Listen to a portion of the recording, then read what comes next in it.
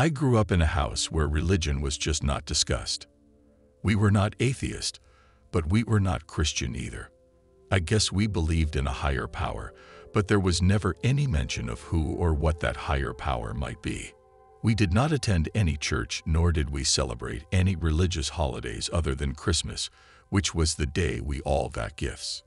I tell you this so you can understand that at the time of my near-death experience, I really had no preconceived ideas on what to expect.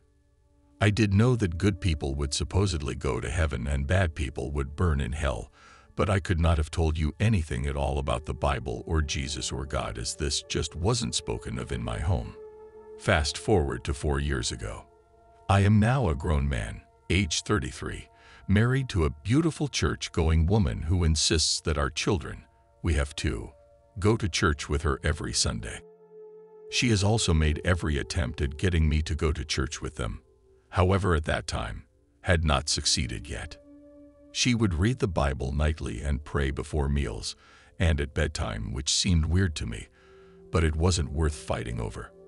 So it's December of 2017, and I was returning from doing some last-minute Christmas shopping for her gift. I am alone in the car because obviously she couldn't be with me when I bought her present, and if I had brought either of the kids, they would have just told her what it was the first chance they got. Anyone with kids will understand they just can't keep secrets very well, or at least mine can't. Traffic was typical for Christmas time. It seemed everyone had the same idea I did, and they were all on the roads at once. I had just went through an intersection when I heard the screeching of tires. I was momentarily blinded by the bright lights of the oncoming car's headlights, and then there was an impact that sent my car spinning, followed by another impact before the car jerked to a stop. I can remember a man rushing up to my window and saying something that I couldn't hear due to the ringing in my ears and my window being raised. Realizing I was dazed and confused, the man opened my door and told me not to move and that help was on the way. I don't know how long it was before the ambulance arrived, but they helped me from my car and to the back of the ambulance, where they began taking my vitals. The entire time I was insisting that I was fine and needed to get home. A police officer was also there, and he talked me into taking a ride to the hospital to get checked out just in case. After assuring me he would notify my wife, I relented and let the paramedics do their jobs. At the hospital, I learned that the first impact I felt was from a driver who ran a red light while texting and driving, and the next was when my vehicle was spun into a car that tried to avoid the wreck but couldn't. Everyone had survived, and the driver who had been texting was ticketed. So after what seemed like forever, the emergency room doctor released me with instructions to follow up with my own doctor should the need arise, and to take Tylenol for any pain I might have later, and he assured me I would have some. Back at home, I developed a headache that was just pounding like a migraine, so I popped 2 Tylenol and went to bed. I don't know how long I was asleep, but I was suddenly hovering over my body.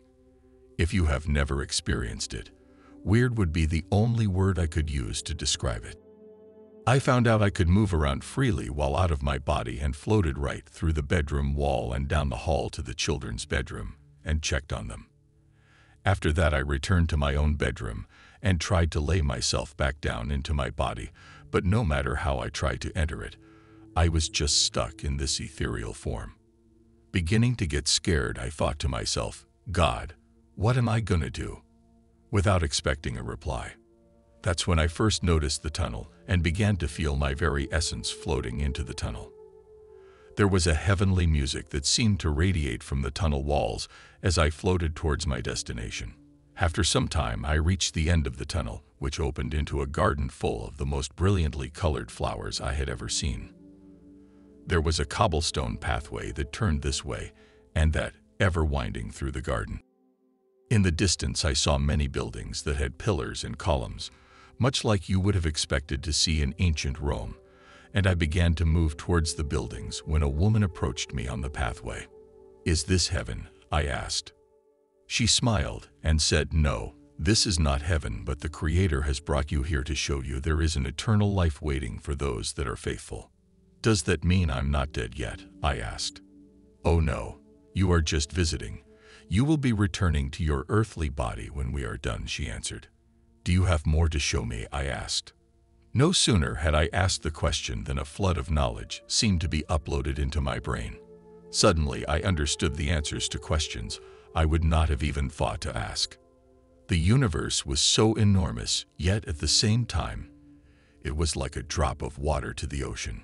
I understood creation itself from the beginning of time to the end of time. All was known.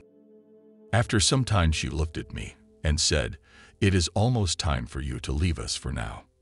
"Will I remember everything?" I asked.